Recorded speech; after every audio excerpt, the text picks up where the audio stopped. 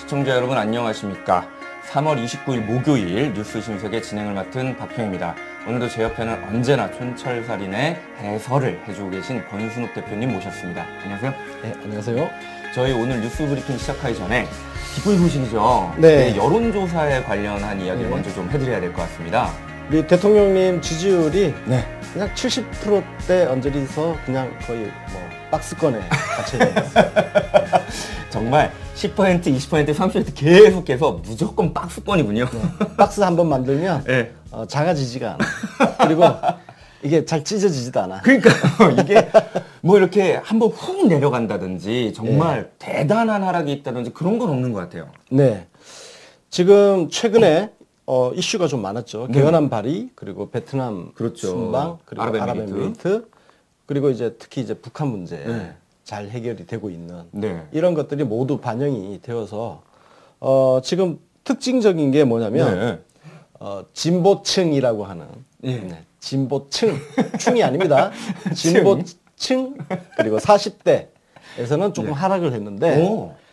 보수층에서 보수층에서 10%포인트 어마어마하죠. 보수층에서 네. 10%가 올라갔어요. 네. 보수층에서 10%포인트 올랐고 그래서 36.2%에서 46.2% 엄청나죠? 이게 보수층이 특히 주목할 게 네. 우리나라에서 가장 좀 보수적인 지역이 어딜까요? 무조건 TK죠. 그렇죠? 무조건. 네. TK에서 네. 와 어마합니다. 오 엄청 올랐어요 지금. 충청권에서 네. 7.2%, 와, 충청권에서도 7.2%가 7.2%, 올랐고. TK에서도 마찬가지. 와. 예. 그러면 저는 진짜 궁금한 게 이 보수층에서 갑자기 이렇게 막 올라가고 심지어는 여기 봤더니 지난 조사랑 비교해 봤을 때 36.2%에서 46.2%까지 그러니까 이게 그냥 10%가 올라간 게 아니라 10% 올라가서 46.2%라는 정말 어마어마한 수치가 나왔거든요. 네. 왜 이렇게 또 보수에서도 올라가는 거죠? 그 우리 대통령께서 지금 보여주고 있는 행보가 네. 그야말로 보수의 품격을 보여주고 계시죠.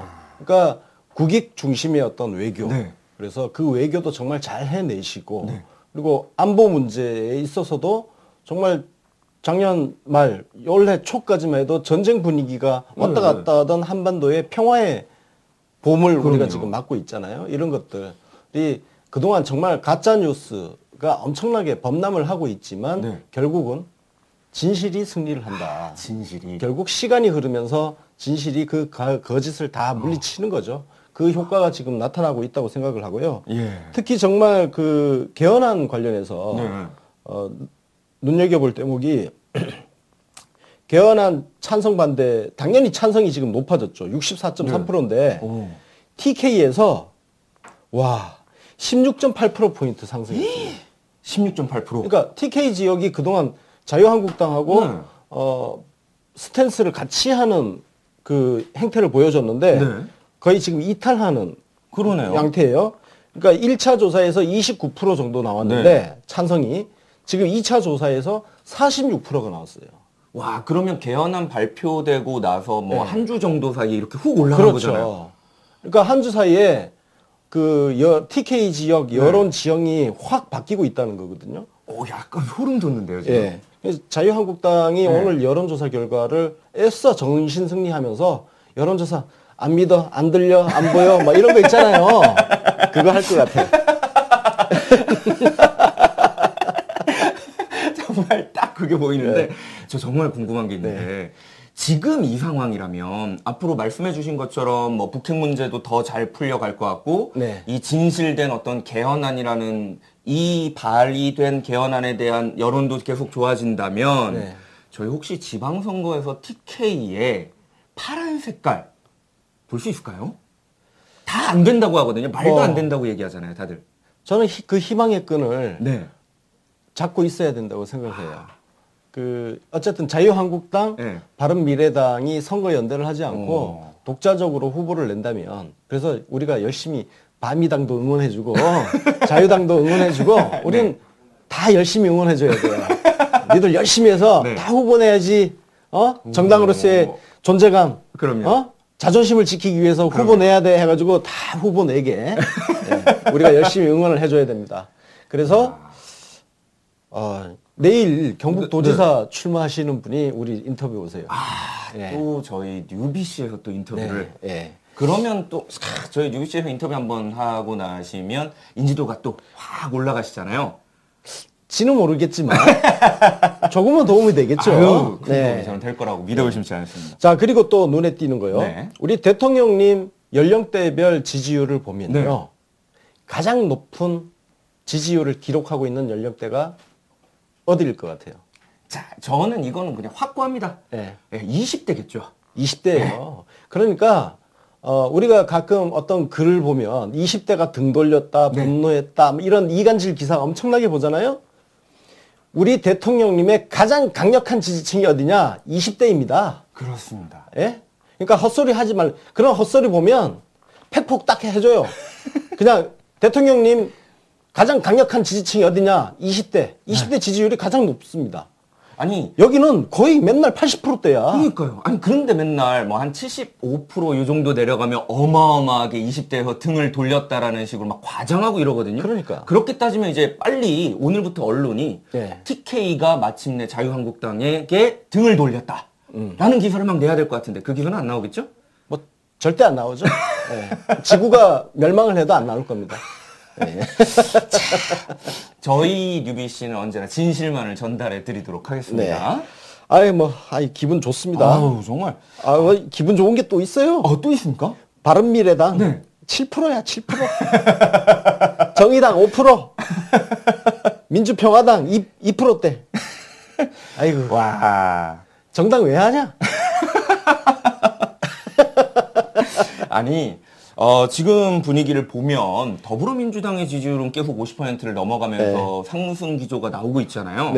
자, 지방선거 때 저는 사실 대선 때 이걸 바라긴 했었는데 지금 분위기로 보면 잘하면 지방선거 때 올블루, 전국이 인이블루로 가득 찰 수도 있지 않을까라는 생각도 드네요. 우리 대통령님 요즘 고일석 국장님께서 어제 멋진 표현 하셨잖아요. 이니매직. 이니매직. 정말 이니매직이 한반도와 전 세계에 그냥 쫙 펼쳐지지 않을까. 선거가 기다려집니다. 자, 어떡해. 지금 남북 정상회담도 있고 북미 정상회담이 있고. 그러니까요. 줄줄줄줄. 개헌 있고. 정말. 저 새끼들 미칠 거야, 이 개새끼들. 이제 개새끼들 이야기도 좀 해봅시다. 자, 그럼 여론조사 관련한 조사 개요 간단하게 말씀드리고 뉴스 브리핑으로 넘어가도록 하겠습니다. 리얼미터에서 2018년 3월 26일부터 사흘간 조사한 내용이고요. 무선 80%, 유선 20%로 총 1,501명에게 조사했습니다. 그 표본 오차는 95%고요. 신뢰 수준은 플러스 마이너스 2.5% 조사였습니다. 자, 뉴스 브리핑을 시작하도록 하겠습니다. 오늘의 첫 뉴스 브리핑 내용인데요. 이 내용은 굉장히 좀 무거운 내용입니다. 어제 검찰이 세월호 참사 보고 시간 조작 사건의 수사 결과를 발표했습니다. 그 내용이 굉장히 참담합니다. 세월호가 구조를 애타게 기다릴 때 박근혜는 연락이 닿지 않았고 당시 청와대는 진실을 숨기기에만 급급했습니다. 이와 관련해서는 저희 뉴비씨에서 어제 특별 방송을 통해서 자세하게 다뤄주셨는데요. 간단하게 당시에 어떤 일이 있었는지 한번 정리해 주시면 좋을 것 같습니다. 자, 일단 세월호 7시간과 관련해서 그동안 청와대가 거짓말을 했다는 사실을 확인을 했는데, 자, 비교표를 한번 보시죠. 최초에 박근혜 쪽에서는 사고 당일 10시, 오전 10시에 최초로 서면 보고를 받았다. 이렇게 얘기를 했죠. 그런데 수사 결과 골든타임이 오전 10시 17분이에요. 10시 17분이 왜 골든타임으로 돼 있냐 하면은 저게 세월호에서 마지막으로 보내온 카톡 수신 시간이 10시 17분입니다. 그래서 저 시간이 마지막 골든타임, 골든타임으로 상정을 했고, 그래서 수사를 해보니까 박근혜한테 보고서가 도착한 게 한 10시 20분. 그러니까 골든타임 지난 이후에 갔다는 거예요. 아니, 그럼, 저를 왜 이렇게 늦게 갈 수밖에 없었는지도 참. 오전 10시라고 한 것 자체도 지금 조작이고. 자, 저걸 조작을 한 이유가 10시 17분보다는 빨라야 되네. 빨라야 돼. 골든타임보다는 빨라야 된다. 그러니까 늦으면 쪽팔리는 일이니까 조작을 한 거예요. 그러니까 그 이후에 모든 것이 조작이 됩니다. 그래서 박근혜가 최초로 지시한 시간도 다 조작을 해요. 박근혜가 10시 15분에 지시를 했다. 그리고 22분에 추가로 지시했다 했는데 수사 결과 10시 22분에 최초로 통화를 했다는 거예요. 예. 그러니까 이미 골든타임을 지나서죠. 그리고 최초 쟤네들이 조작한 거는 22분에 추가 지시를 했다 했는데 22분은 최초 지시했던 시간이었던 거죠. 그 다음에 비서실에서도 뭐 11차례 서면 보고를 했다 그러는데 이게 알고 보니까 정호성이가 실제로 11차례 보고는 했어요. 갔지만 이거를 한꺼번에 오전에 한 번, 오후에 한 번 이렇게 두 차례 한꺼번에 모아서 줬다는 거예요. 그건 그냥 2번 보고한 거죠, 그게. 2번 한 거죠. 그리고 그걸 박근혜가 읽었다는 그것도 몰라. 읽었을지 안 읽었을지. 자, 그리고 새로운 사실이 완전히 밝혀진 게 네 번째입니다. 그동안 박근혜 쪽에서 간호장교하고 그 간호장교 있잖아요. 조슬기인가? 예, 조슬기인가? 이슬기인가 뭐. 예, 거기하고 그 미용사 말고는 아무도 없었다. 이렇게 얘기했는데 이번 검찰 수사에서 밝혀낸 게 최순실이 그날 청와대 들어왔다는 사실을 새롭게 밝혀냈습니다. 그 밝혀낸 게 어떻게 밝혀냈냐? 저게 A급 보안 손님이라 가지고 기록이 없어요. 기록이 없는데 검찰이 남산 1호 터널 통과 차량 조회를 해가지고 그래서 그 누굽니까 그 비서 뭐죠? 갑자기 이름이 걔 차량을 조회했는데 거기에 이제 최순실이 타고 들어갔던 것으로 기록이 나왔고 그 이후에 최순실이 들어오고 난 이후에 정호성 안봉근 해가지고 이재만 그 문고리 3인방하고 박근혜하고 이렇게 5명이서 회의를 하고 중대본에 가는 결정을 거기서 했다는 거예요. 그러니까 사실상 청와대 비서실, 안보실 등등 그리고 각 수석 이 청와대는 전부 핫바지들 아무것도 한 게 없어. 이런 청와대였다는 겁니다. 자, 청와대 이게 몽땅 그러니까 그동안 우리가 여러분 혹시 그거 기억하시나요? 괴담 오보를 바로잡겠다면서 이것이 팩트입니다 해가지고 청와대 홈페이지에 시뻘겋게 한번 화면 보여주세요. 했던 게 있어요. 이 화면입니다. 이것이 팩트다 해가지고 했는데 검찰이 얘네들이 제시한 팩트를 근거로 수사를 했는데 이게 몽땅 거짓말이야. 그러니까 완전히 거짓말. 전부 조작이에요. 예. 그러니까 여기는 진실이 하나도 없었고 그냥 그 책임 회피에만 급급했고 그렇다고 보면 되는데요. 심지어는 이 청와대가 컨트롤 타워라는 책임을 모면하기 위해서 지침도 멋대로 수정을 했습니다. 그렇습니다. 지침을 보면 정말 일반 회사에서도 할 수 없는 보세요. 줄 찍찍 긋고 글씨 저렇게 써놨잖아요. 야, 이왕이면 좀 제가 군대에서 차트병을 했었어요. 그래서 글씨 같은 경우는 아무리 그래도 좀 잘 쓰는 사람 글씨 저게 뭐냐 저거. 국가 문서 아니에요 저게. 저는 애들 장난하는 것도 아니고 저걸 가지고 또 저 내용이 전체 정부에 이렇게 퍼져 나갔다고 저는 저게 60개 산하기관에 전부 동일하게 다 지시를 내려보내가지고 똑같이 저 짓을 한 거예요. 줄 쫙쫙 긋고 저렇게 국가위기 뭐 해가지고 대통령의 안정적 국정을 보자. 그러니까 청와대가 컨트롤 타워라는 그 책임을 싹 지워버린 거예요. 이런 조작질을 했던 게 박근혜 정부였다는 겁니다. 그리고 그 밑에 있었던 그러니까 좋은 학벌 있으면 뭐하냐 이 개새끼들아. 인간성이 쓰레기인 이 개새끼들 진짜. 저런 짓거리 하려고 배웠어? 씨발 손 떨리네 진짜. 자, 또 황당한 일이 있었습니다. 그러니까 청와대가요 언론보다 사고 사실을 늦게 알았습니다. 그러니까 언론을 보고 이 사건 사고에 대한 이야기를 파악했다는 건데요. 이거는 차마 조작질을 못했던 모양이에요. 얘네 일보 국가안보실 작성한 일보를 한번 보세요. 2014년 4월 16일 오전 9시 30분이죠. 자, 연합뉴스 최초 보도가 9시 27분이에요. 9시 27분. 아니 어느 나라 개새끼들아 언론 보도를 보고 이걸 파악을 하나? 아, 씨발 진짜. 아, 정말 어우, 떨려요 지금. 예, 열받습니다. 네, 다시 봐도 열받습니다. 네. 저는 이 수사 발표 이후에 이제 정치권에서 보인 반응도 좀 궁금합니다. 여당인 더불어민주당에서는 300여 명의 고귀한 목숨이 희생되는 동안 박근혜 청와대는 훗날 책임이 거론될 것만을 염려해 보고시간과 대통령 훈령까지도 불법으로 변경하는 안면 수심의 행태를 보였다고 비판했고요. 바른미래당도 당시 청와대의 행태에 의혹이 계속 남는다며 모든 의혹이 해소되기를 바란다고 밝혔습니다. 자, 그런데 자유한국당은 말이죠. 업무를 잘못했다고 탓을 했으면 됐지. 7시간의 난리 굿을 그토록 오래 버릴 일이 아니다며 박 전 대통령이 불쌍하다. 현재의 야당뿐만 아니라 시민단체, 소위 좌파 언론을 포함해 7시간 부역자는 모조리 석고대죄해야 한다고 밝혔습니다. 와, 인간이 아니죠? 그죠? 인간이 아닙니다, 진짜. 저요, 진짜 망치 들고 가서 대가리를 부셔버리고 싶어요, 진짜. 눕혀놓고 망치로 대가리를 한 대, 두 대, 세 대, 네 대 그냥 팍팍팍팍 피 튀겨 가면서 죽여버리고 싶어, 진짜. 이 악마 새끼들. 이거는 인간성이 완전히 상실된 거예요. 악마들이에요, 악마들.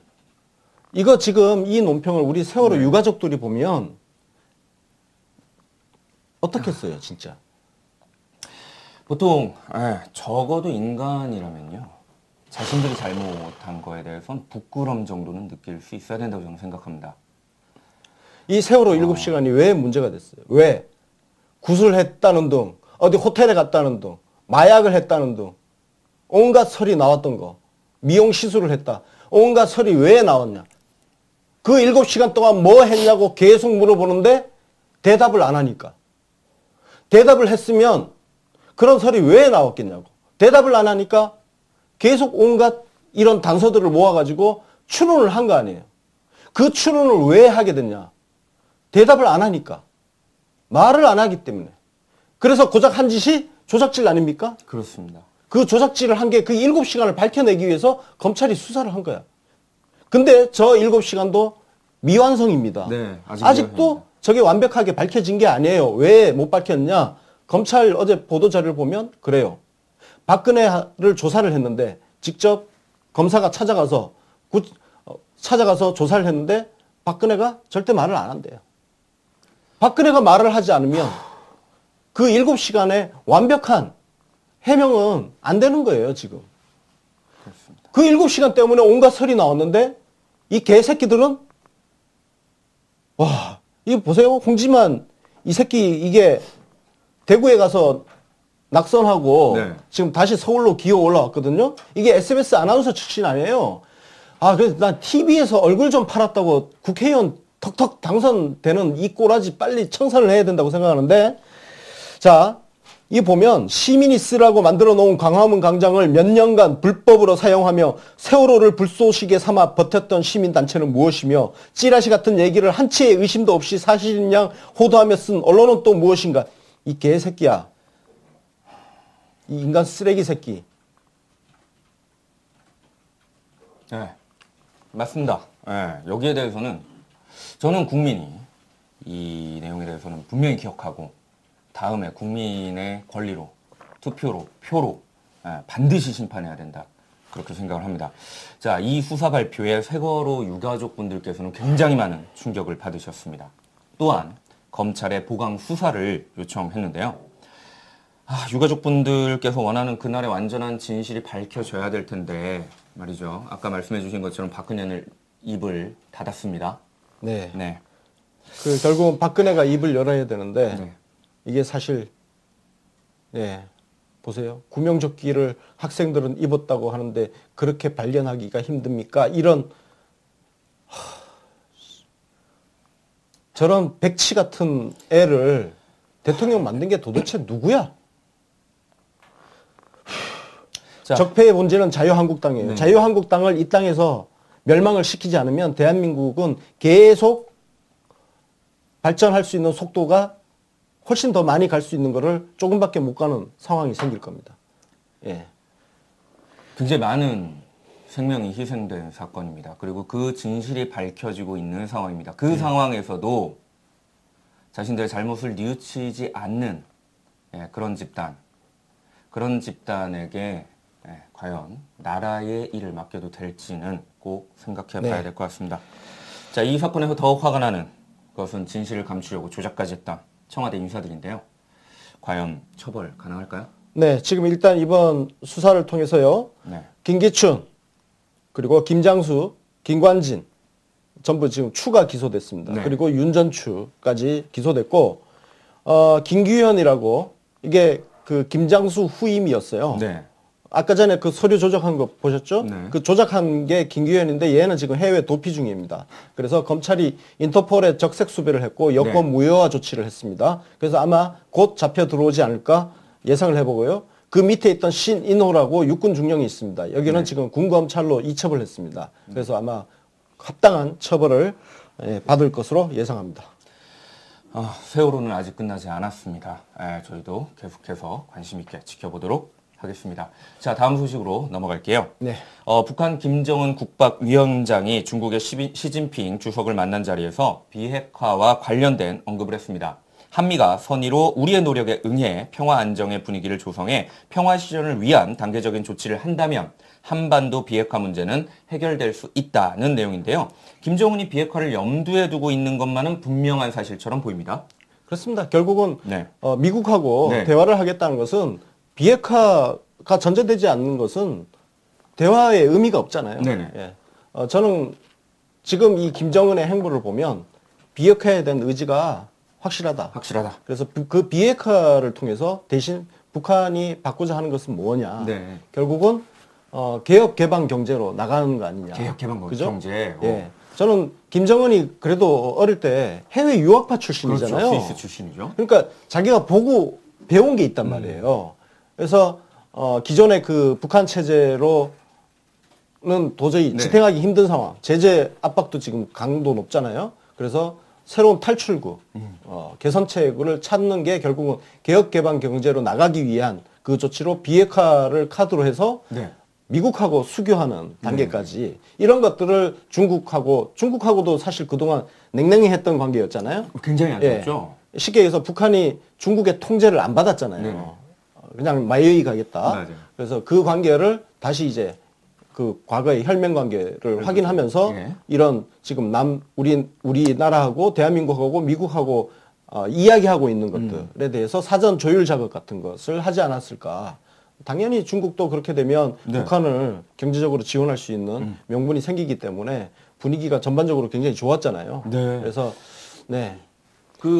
이런 얘기가 있더라고요. 그러니까 그 김정은은 단계적인 조치를 이야기하는 것 같고, 그 다음에 미국에서는 이제 한꺼번에 완전한 비핵화를 이야기하는 것 같고, 그래서 조금 인식 차이가 있는 거 아니냐, 갈등이 생기는 거 아니냐, 이런 이야기도 있던데요.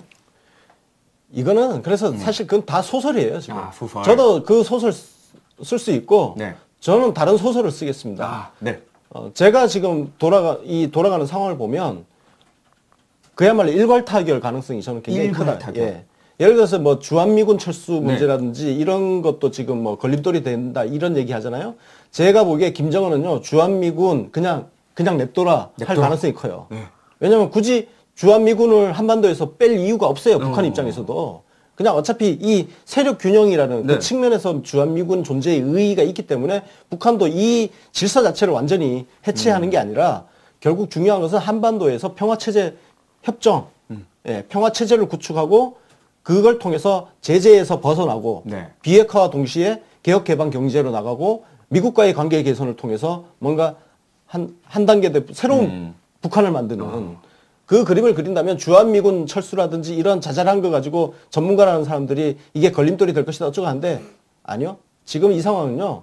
트럼프나 김정일이나 이 스타일로 보면 통 크게 한 방에 타결할 가능성이 가장 크다. 예, 저는 그렇게 보고 있습니다. 저는 방금 해주신 예. 말씀을 많은 분들이 또 짤방으로 이렇게 만들어서 예. 이렇게 퍼뜨릴 것 같습니다. 그러면 예언이 권순송 박사님의 혹은 권순 대표님의 예언이 맞는지를 곧 확인하실 수 있을 것 같습니다. 이와 관련해서 트럼프는 또 직접 트위터를 올렸습니다. 한번 보시죠. 이거 보시면 이제 정말 수년 동안 다양한 행정부에서 이 한반도의 비핵화 안 될 거다 뭐 이런 식으로 얘기했는데 가능성도 없다 이런 식으로 얘기했는데 봐라. 네. 세상 김정을이 그의 국민들을 위해서 올바른 일, 필요한 일을 할 거다라고 얘기하면서 만남을 기대한다라고 표현을 했거든요. 그러니까요. 저는 말씀해 주신 게 정말 될 것 같은데요. 그래서 지금 뭐 볼턴이라든지 폼페이오 같은 완전 초강경파들을 기용한 것 때문에 또 뭐 삐끄덕거릴 거다 이렇게 얘기. 그러니까 이게 산수만 한 애들이 수학을 못 하는 거예요. 외교는 수학입니다. 수학의 영역이에요. 제가 뭐 그렇다고 수학을 잘했던 건 아니지만 제가 확 아팠습니다. 제가 산수까지는 괜찮았는데 갑자기 XY가 나오면서 접었거든요. 그래서 이것은 타결의 그러니까 이 성공적인 회담을 하겠다는 강력한 의지가 지금 양쪽 모두 충만하다. 충만하다. 예. 김정은이나 트럼프나 지금 이제 보여주고 있는 그 행보들이 의지가 충만하다. 그럼 결과가 나올 수 있겠네요. 저는 일괄 타결로 그냥 이건 뭐 사실 제가 1월 초에 북미 수교 이야기를 할 때 솔직히 말해서 이 정도까지는 생각을 못했어요. 근데 제가 생각했던 것보다 속도가 지금 도저히 장난이 아니에요. 따라갈 수 없는. 그럼 일괄 타결되면 저희 뭐 뉴비시에서 뭐 있습니까? 행사나 뭐. 글쎄요. 생각해보죠. 어쨌든 지금 상황에서 분명한 거는 말씀해 주신 것처럼 정상회담까지의 아주 긍정적인 외교 절차가 계속 진행되고 있다는 건데요. 오늘 판문각 그 통일각에서 판문점 통일각에서 남북 고위급 회담이 실시가 됩니다. 북한 측에서는 리성건 조국평화통일위원회 위원장, 전종수 조평통 부위원장, 김명일 조평통 부장이 나오고요. 우리 측에서는 조명균 통일부 장관과 청해성 통일부 차관, 윤영찬 청와대 국민소통수석이 대표로서 만나게 될 것 같습니다. 아무래도 그 4월 말로 예정된 정상회담 날짜, 의제 뭐 이런 것들을 협의를 할 것 같거든요. 그렇죠. 지금 이제 5월에 북미 정상회담이 예정되어 있기 때문에 거기에 일정에 맞춰서 남북 정상회담이 개최가 돼야 돼요. 그래서 제가 보기에는 그 최소한 이제 북미 정상회담과 간격을 한 달 정도로 둔다고 치면은 4월 넷째 주 정도에 남북 정상회담이 이루어지지 않을까. 그러니까 4월 23일에서 27일 사이. 23일에서 27일 사이가 그러면 판문점이기 때문에 하루 만나고 끝나는 게 아니라 되돌아갔다가 다음 날 아니면 하루 간격을 두고 다음 날 정도. 뭐 23일 만난다 그러면 25일 정도에 2차 회담. 뭐 그리고 27일 정도에 3차 회담. 이 정도의 회담이 진행되지 않을까. 그러니까 예상하시는 바로는 원래 단일 회담은 처음이다 이렇게 얘기됐었는데 그걸로 끝날 게 아니라 못해도 2번 이상은 더 만날 것 같다라고 말씀해 주신 거군요. 그럴 것 같습니다. 왜냐하면 지금 해야 할 이야기가 굉장히 많잖아요. 그동안 9년 동안 이야기를 하나도 안 했기 때문에 해야 할 이야기가 굉장히 쌓여 있습니다.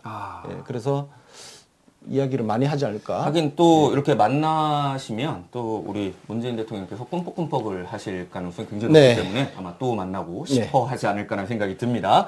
자, 그런데 어제 이 김정은의 방중에 대한 언론 보도를 살펴보면 혼밥 타령이 또 시작이 됐다고 하는데요.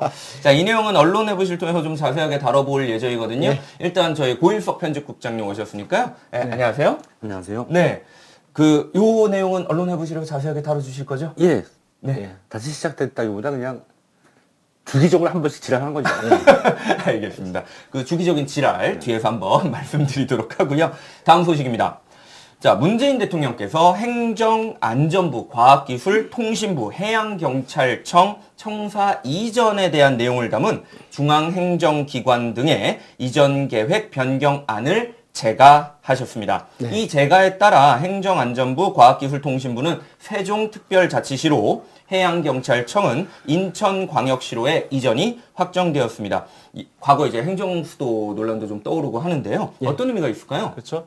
노무현 대통령께서 추진하셨던 공공기관 지방 이전, 네. 그리고 지방 분권, 국토 균형 발전 등등의 이 네. 철학이 담겨 있는 조치 아니었습니까? 네. 그래서 중앙의 그 과천 그리고 이 광화문 세종 청사에 네. 있는 광화문 청사에 있는 정부 기관들을 전부 이제 세종시로 네. 내려보내고 공공기관을 전국 각지에 네. 내려보내고 그리고 그 주변에 혁신도시를 만들어서 일종의 클러스터죠. 네. 산학연 클러스터를 작동해서 각 지역이 네. 하나의 어떤 먹을거리들을 각각 구비를 해서 그 지방도 먹고 살 수 있는 구조를 만드는 이게 노무현 대통령의 원대한 꿈이었잖아요.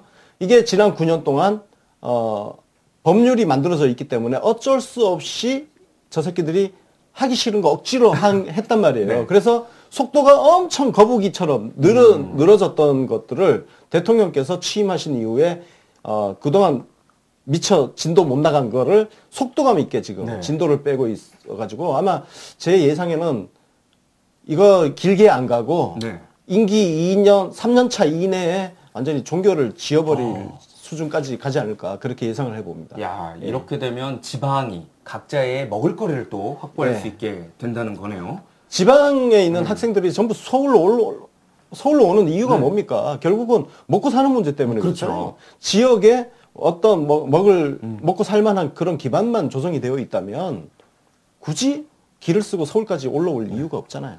예. 그렇습니다. 정말 큰 그림 또 그려지고 있는 것 같습니다. 네. 자, 다음 소식입니다. 역사교과서 국정화 진상조사위원회가 역사교과서 국정화에 대해서 국정농단이라는 결론을 내놨습니다. 네. 국정교과서 추진을 위해 헌법과 각종 법률 그리고 민주적 절차를 어겨가면서 국가기관, 당시 여당은 물론이고 일부 친정권 인사들까지 총동원했다는데요. 자, 누구나 그럴 거라고 생각했던 일인데 정작 실체가 드러나니까 또 분노를 할 수밖에 없습니다. 진짜 국가가 아니었던 거죠. 그러네요. 그죠? 결국 이 그 국정교과서, 역사 교과서 문제는 박근혜가 지 아빠, 그죠? 네. 지 아빠 명예 회복해 주겠다고. 아빠 포장해 주려고. 예.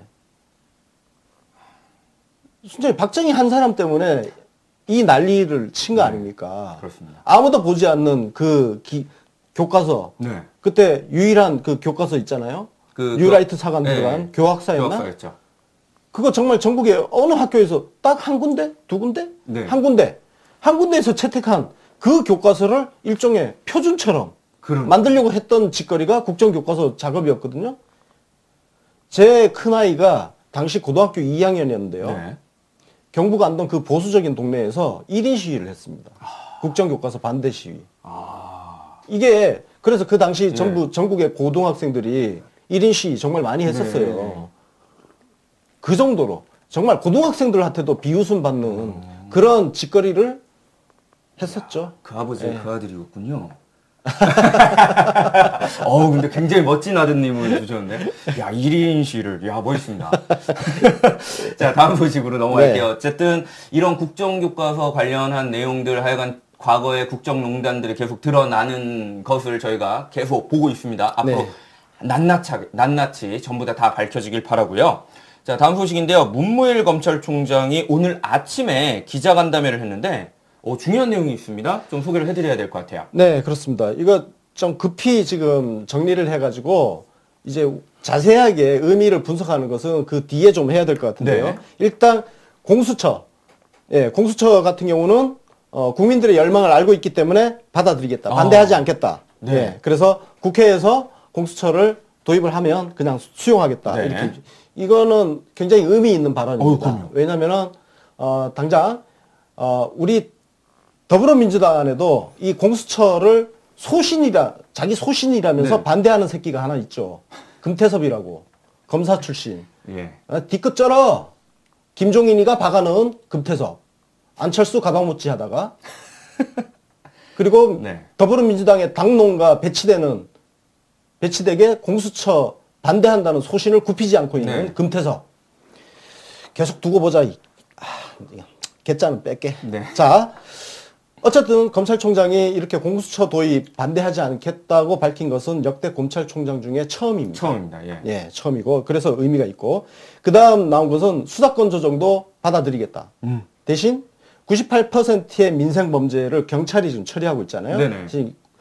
국가경찰이 너무 비대한 문제 있기 때문에 자치경찰제 도입해야 된다. 아, 자치경찰제를. 예. 이거는 경찰이 수용해야 된다고 생각합니다. 네. 예. 저도 자치경찰제가 전제되지 않는 경찰의 그 수사권 가져가는 문제는 조금 위험하다. 네. 그래서 자치경찰제는 경찰이 확실하게 받아들일 필요가 있다. 네. 자, 그 다음에 네. 검사의 영장 기각, 경찰이 검사한테 영장을 신청을 하거든요. 그럼 검사 이걸 기각을 시킬 수 있어요. 그렇죠. 여기에 대해서 그동안 찍소리를 못했어. 근데 이의 제기를 가능하게 하겠다. 예. 근데 요건 조금 다른 문제입니다. 왜 그러냐면 그러면서 이거는 영장 심사 제도를 유지하겠다는 거거든요. 근데 이게 약간 마지노선 친 것 같아요.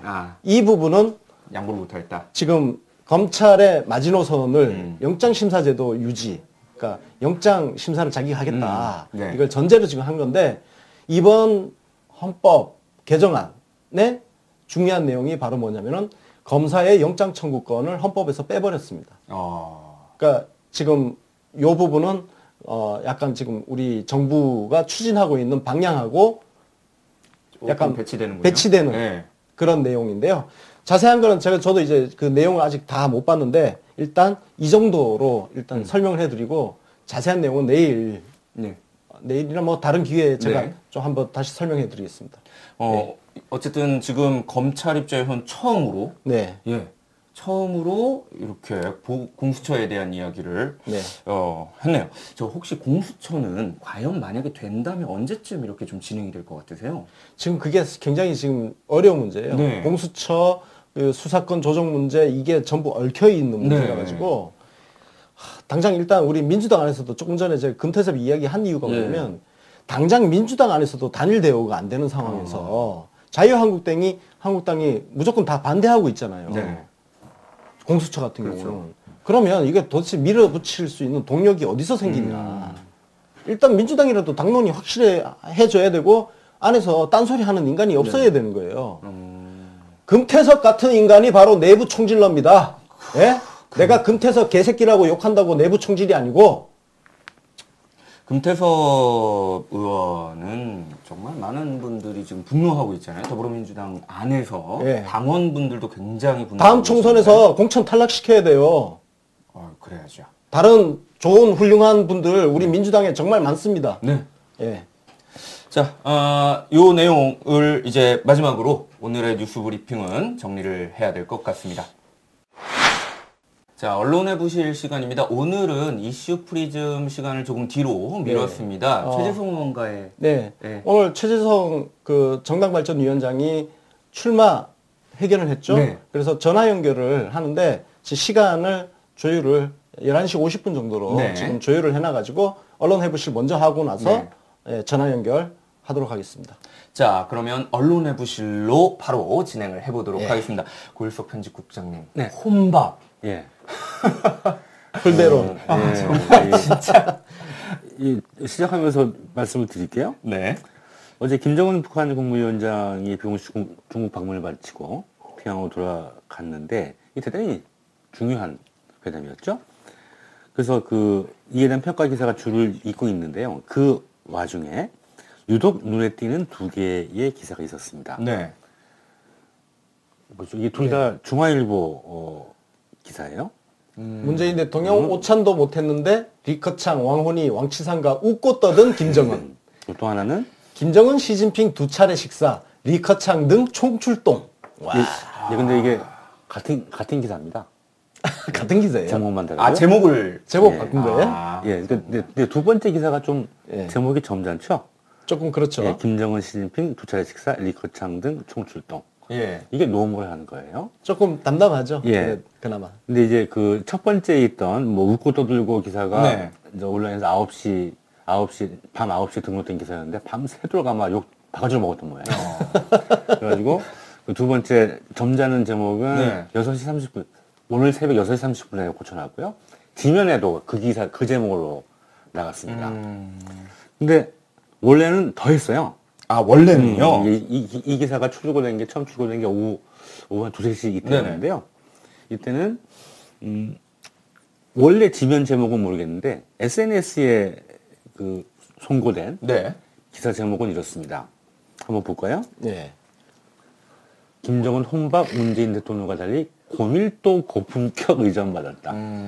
문 대통령 혼밥했는데 일거창 왕치상과 웃고 떠든 김정은 24시. 참, 그놈의 밥. 그놈의 혼밥 타령. 저 궁금한 게 있는데, 예. 언론인들은 혹시 예. 그 밥을 자꾸 대접받아야 자기가 잘하고 있다라는 생각을 하는 건가요? 혼자 밥 먹으면 언론인들은 내가 언론인으로서 기자로서 잘 이렇게 못 땡긴다 뭐 이런 생각을 해서 자꾸 저렇게 밥 먹는 거 가지고 이야기를 하는 건가요? 그런 건 아니고요. 네. 그러니까 이제 이 혼밥 홀대를 지금도 떠드는 건 중앙일보밖에 없습니다. 아, 중앙일보만. 그 당시에도 이제 그 소위 말하는 혼밥이 얼마나 바로 큰 효과가 발생했잖아요. 네. 그걸 확인한 언론들이 그 뒤로는 혼밥 얘기 안 했습니다. 그러니까. 유독 중앙일보만 그냥 잊을만 하면 혼밥만 얘기를 하는 거예요. 중앙일보 왜 그런 네. 거예요? 아니, 제가 우리 작년 연말에 공개방송 했잖아요. 예. 공개방송 할 때 그 혼밥에 대해서 제가 그렇게 얘기를 했잖아요. 네. 10억인가의 식사. 그렇죠. 13억과의 식사. 13억과의 네. 식사. 네. 그러니까 대통령께서 혼자 드신 게 아니라 이 전 중국 인민들과 함께 식사를 했다. 이건데, 멋지네요. 그러니까 얘네들은 아직도 혼밥 타령하는 거 보면, 그러니까 제가 자꾸 산수수학 얘기하는데 대가리가 금붕어예요, 진짜. 그 심보가 뭔지 모르겠어요. 그러니까 이 사람들은 아마 문재인 대통령이 우리 대통령인 게 막 죽는 것보다 싫은 것 같아요. 어떻게든 흠집을 잡으려고. 그러니까 지들이 그 지지하지 않았던 대통령이 지금 잘하고 있는 게 배가 아픈 거예요, 지금. 예, 그래서 막 예. 그 인간의 머리로 상상하는 최고의 걸로 극대극으로 비교를 해놨어요. 혼밥 그리고- 볼 때 고품격 뭐 제가 저 자막에다가 종북중앙일보라고 붙인 이유가 뭐냐면 네. 저것은 사실상 김정은 찬양이에요. 그러게요. 저거 그래요? 자체로 김정은을 찬양하고 있는 겁니다, 저거는. 그렇게 부르면 포함하든가 통간 살든가. 저게 만약에요. 박정희 정권 시절에 저런 식으로 썼다 그러면 어떻게 됐겠습니까? 네. 바로 보안사 끌려갔습니다. 그렇죠. 바로 보안사 끌려와서 그 낡은 군복으로 환복을 한 뒤에 엄청 두들겨 맞았을 거예요, 저거. 소위 말하는 국가보안법사 고무찬양이죠. 그럼요. 그럼 도대체 이런 이렇게 끌려가서 맞아야 되는 그럴 법했던 기자분 누굽니까? 이 기자가요, 누구냐 하면, 예. 지난해 12월, 그러니까 이제 그 뒤에, 광중 이후에도 중앙일보만 유독 혼밥 볼 때를 네. 계속 부르짖었는데요. 그때 JTBC 보도도 좀 특이했습니다. 네. 한번 보시죠. 여러 매체가 그때 출발하기도 전부터 의전을 문제 삼아서 홀대 얘기를 했습니다만, 그중 JTBC가 유독 또 독하게 처음부터 나왔었어요. 네. 그 대통령이 북핵에 도착한 날 시진핑이 난징 행사로 북핵을 비웠다는 것을 톱으로 네. 보도를 했습니다. 이때 중국 매체에 문 대통령 방중보도 거의 없다는 리포트가 있었던 걸 기억하실 겁니다. 예. 네, 그래서 굉장히 많이 욕을 먹었잖아요. 예, 그래서 이 네티즌들의 거의 핵폭탄급 예. 팩트 폭격을 맞았던 막 그런 다 자리였죠. 조사해 오셔가지고. 예, 바로 이 기자입니다. 아, 그 기자요? 예. 신경진 기자입니다. 그래서 똑같은 기자였군요. 예, JTBC하고 중앙일보가 특파원을 같이 운영하는 모양이에요. 뭐 북한만 그런지 뭐 다 그런지 모르겠는데. 그러니까 두 매체가 중국 쪽 기사는 똑같은 논조가 나온 이유가 한 사람이 썼기 때문에. 예. 그리고 뭐 특파원이 뭐 한 명 더 있긴 있는 것 같은데 그러니까 이 홀대 성애론자예요. 홀대 성애자. 우리나라 외교만 생각하면 홀대가 떠오르는 모양이에요. 그래서 이 리포트에서 중국의 무례, 국빈 방문에 총리 오찬도 불발, 그리고 중국 매체들이 냉정한 기조에서 예의주시하는 분위기로 네. 보고 있다. 이런 내용으로 주로 보도를 했었는데요. 그게 사실이라고 하면 뭐 할 만한 보도지만 사실이 아니었단 말이죠. 그때 그렇죠. 이미 물론 관영 매체는 그냥 난징 행사가 있는데 문 대통령 기사를 쓸 일이 없죠. 네. 근데 민영 매체들, 포털들은 온통 문 대통령 기사로 도배를 하고 있을 때였는데 탑 관영 매체만 찍어가지고 뭐 보도한다. 그러니까 관영 매체는 정상회담 하루 전에 굳이 쓸 필요 없는 거예요. 그렇죠. 지금 난징 대학살 추념식이 더 큰 뉴스인데 네. 국가적인 행사인데 네.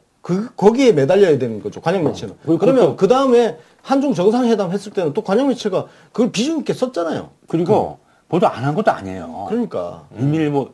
네, 맞아요. 임일보가 그 난닝 행사를 보도하면서 3면에 문대통 방문 기사를 썼습니다. 물론 뭐 크게 쓰지는 않았지만 보도 안 했다는 것 그 자체가 거짓말인 거예요.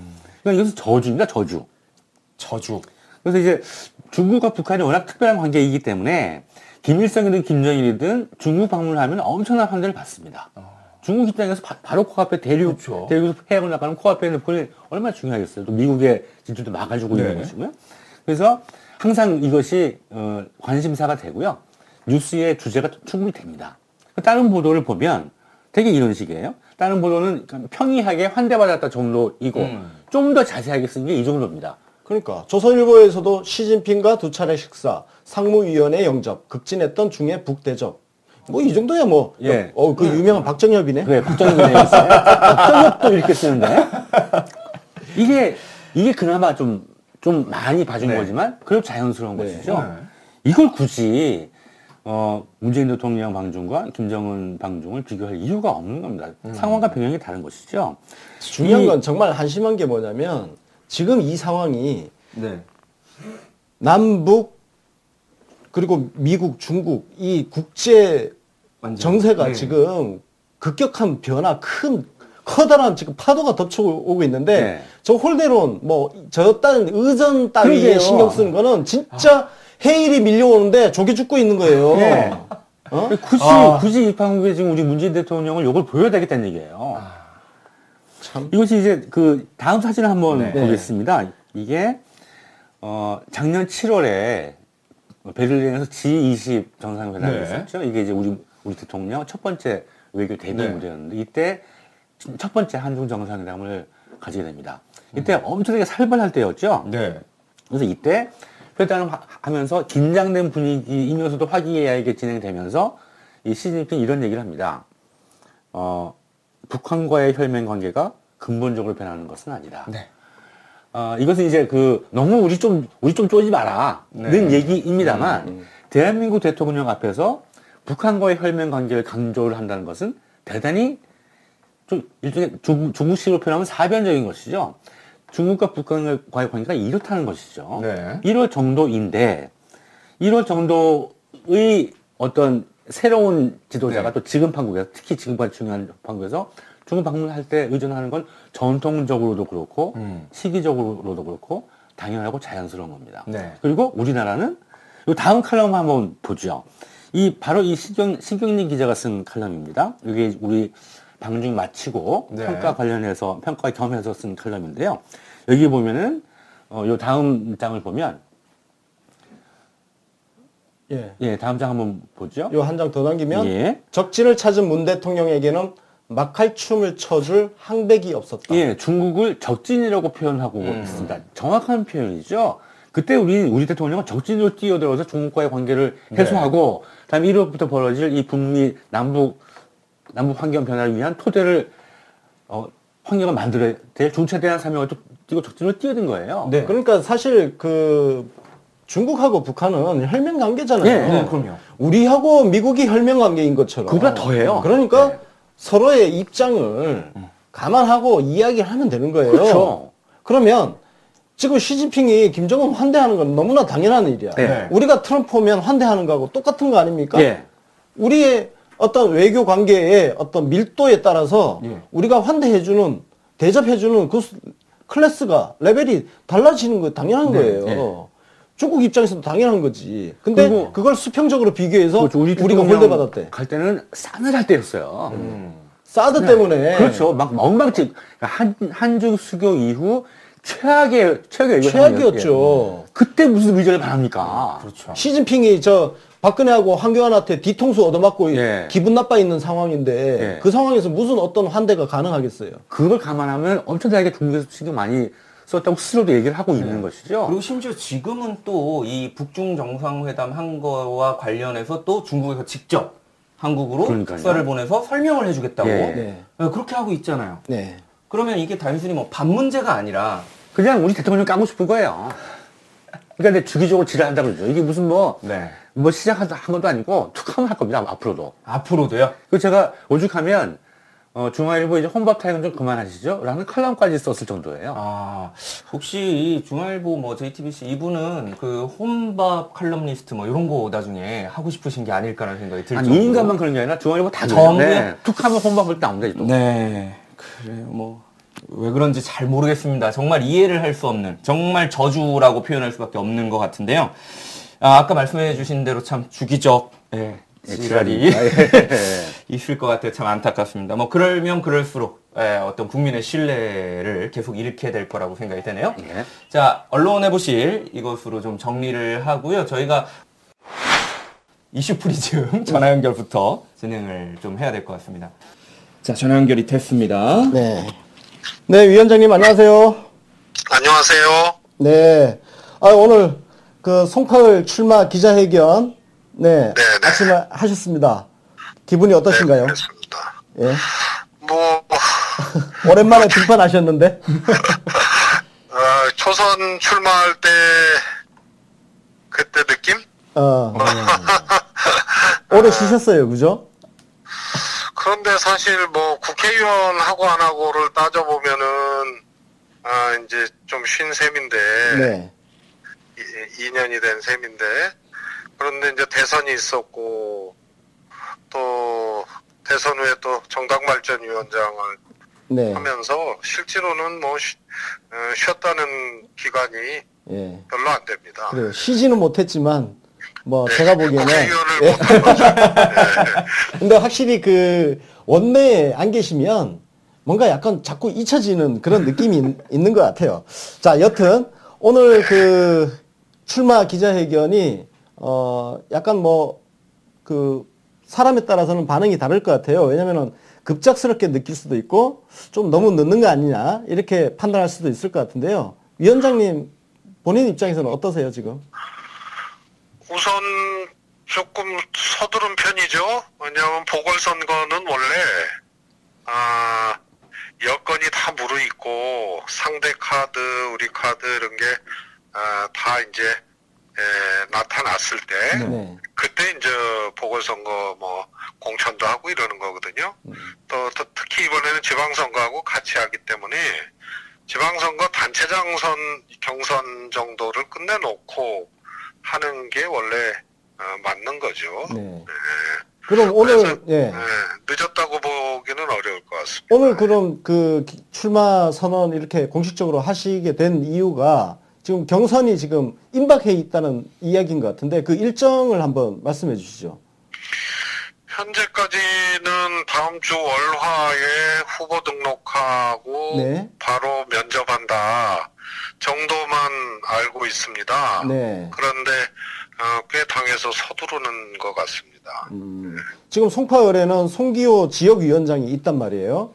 그럼 이제 경선을 하게 되는 거죠? 그렇습니다. 그러면은 지금 경선 일정은 지금 나와 있나요?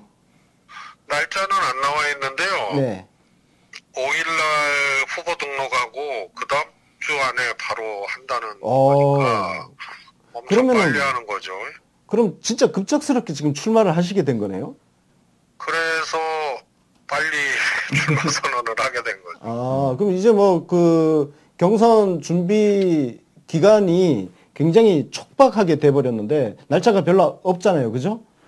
어떻게 그래서 조금 뭐 이렇게 상식적으로는 조금 그래도 여유를 좀 주시는 게 좋은데 당에서는 좀 서두르는 것 같아요. 어떻게 선거 경선 준비를 오늘부터 바로 하셔야겠네요?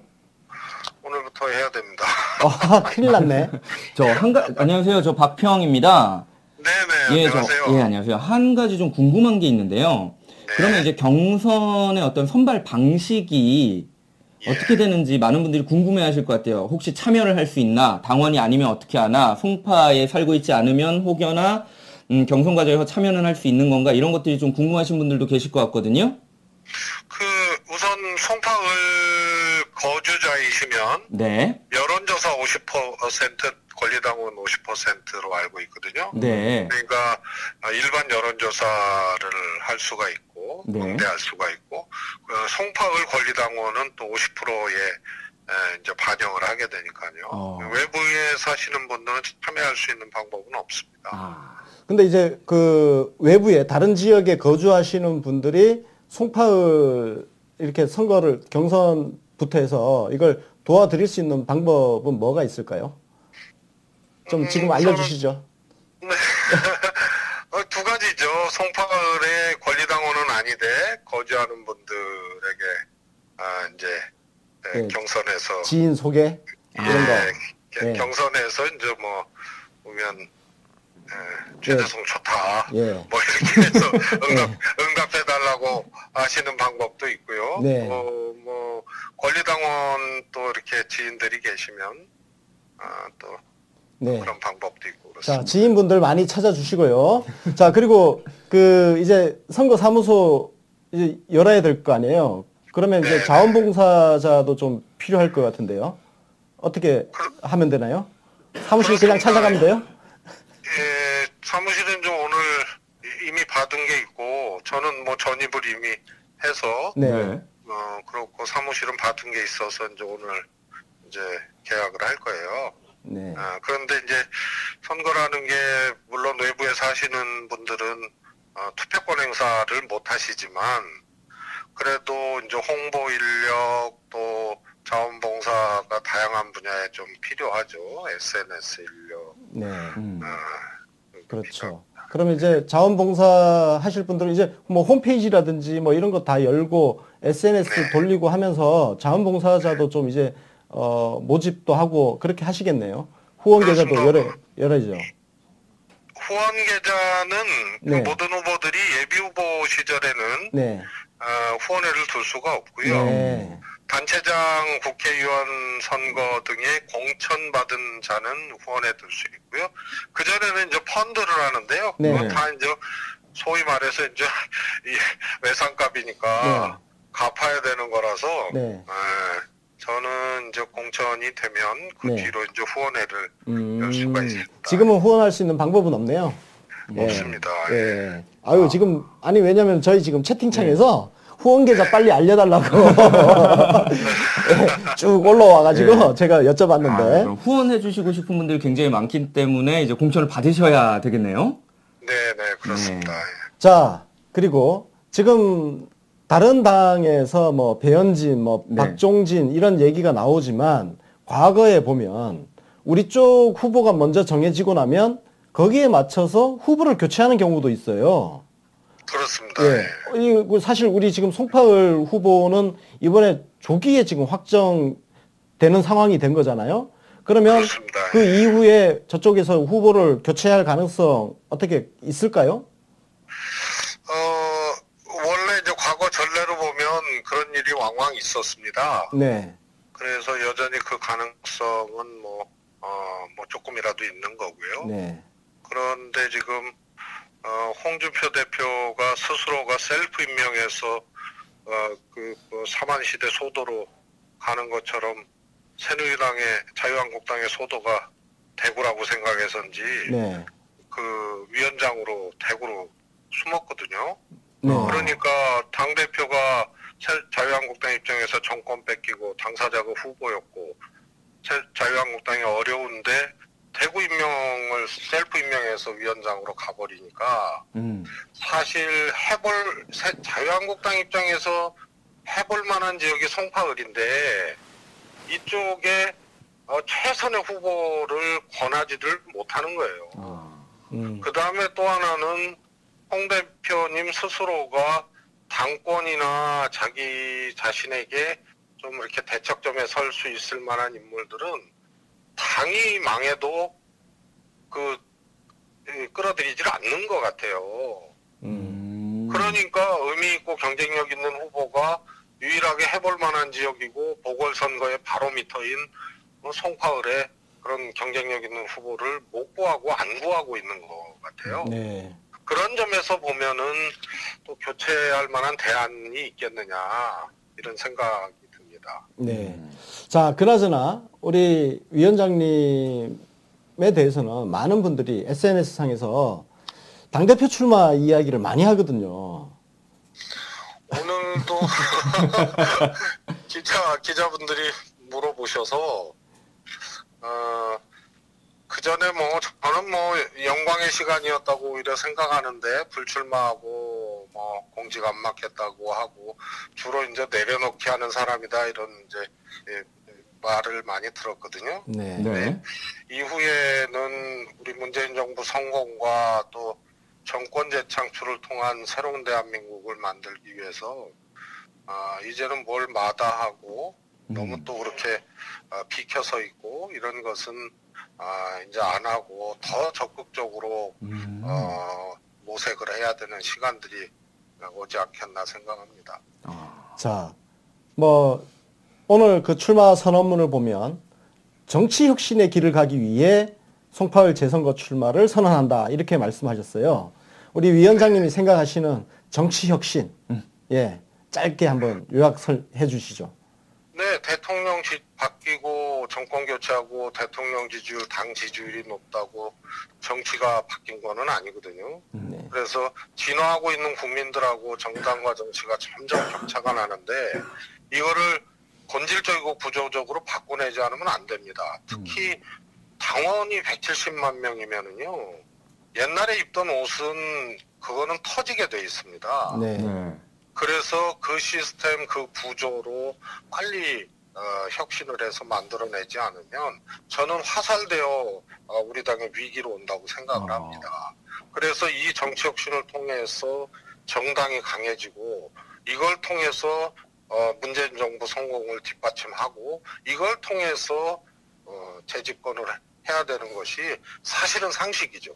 근데 이 근본을 놓치고 있기 때문에 그 화두를 강하게 들어야 된다고 생각을 한 겁니다. 그나저나 오늘 기자회견장에 그 우리 김경수 의원님, 권칠승 의원님, 황희 의원님, 사실 이분들이 전부 소위 우리 그 친문이라고 하는 그런 분들인데 다 기자회견장에 나타나셨어요?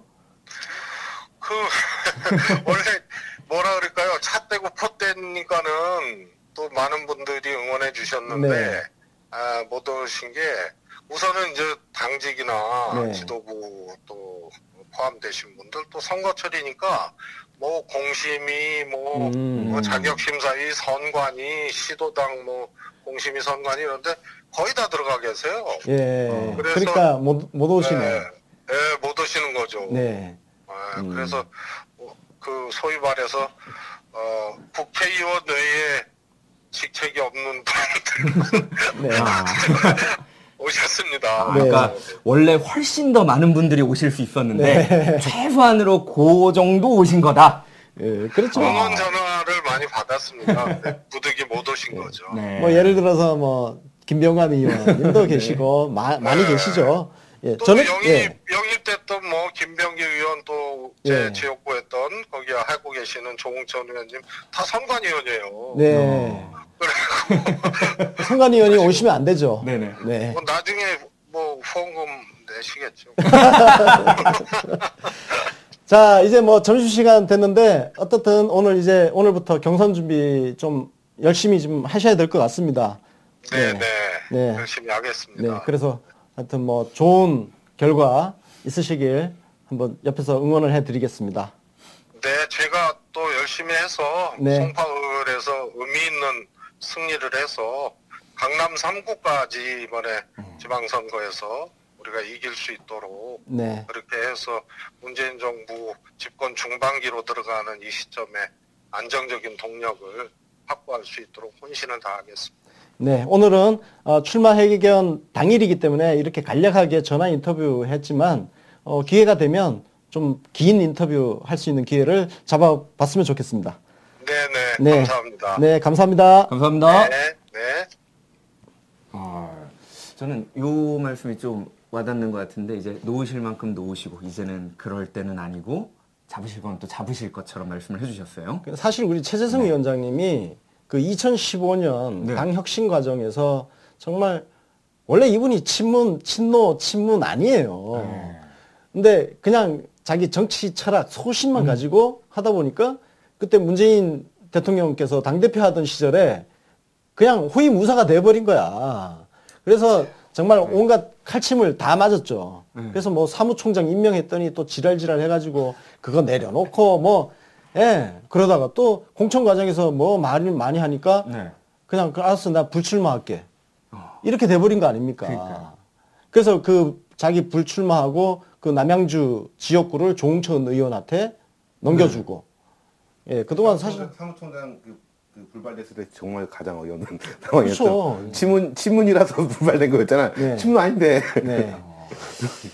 어쨌든 이제 최재형 의원께서 이제는 송파을로 출마 선언을 하셨습니다.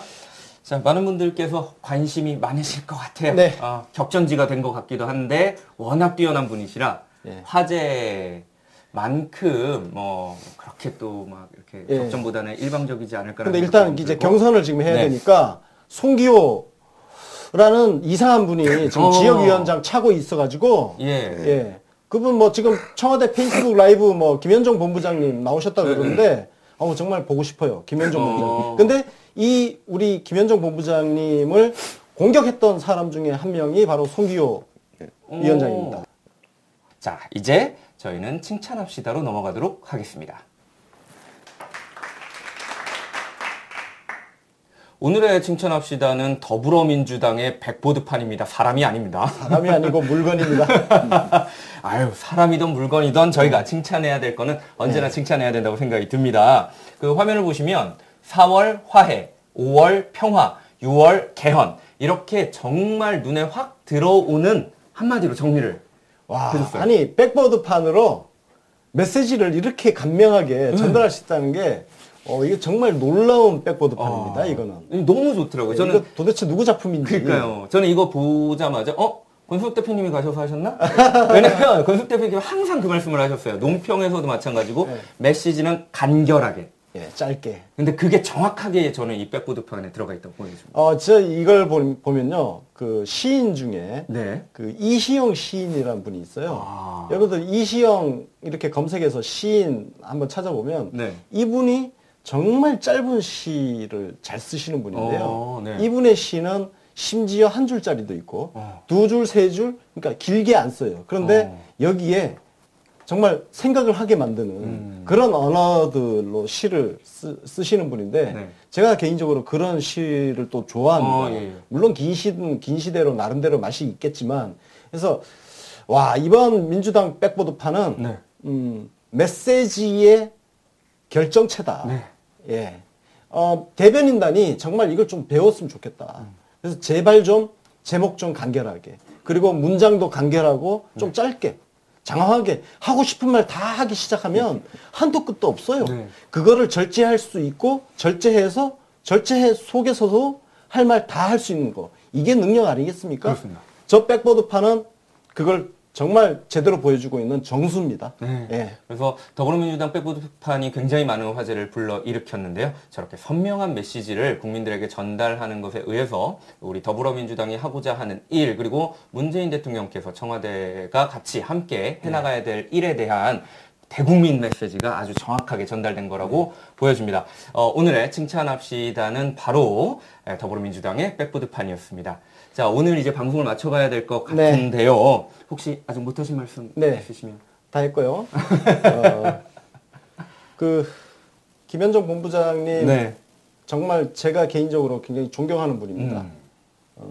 그분을 우리 방송에 진짜 꼭 한번 모시고 싶은데 오늘 청와대 라이브에 출연하셨다 그래가지고 제가 어떻게 좀 섭외를 좀 줄을 닫고 싶어요. 우리 본부장님 좀 혹시 이거 모니터링 하시는 청와대 계시는 분님들 잘 부탁드리겠습니다. 김현정 본부장님 우리 방송에 한번 모셔주게 해주세요.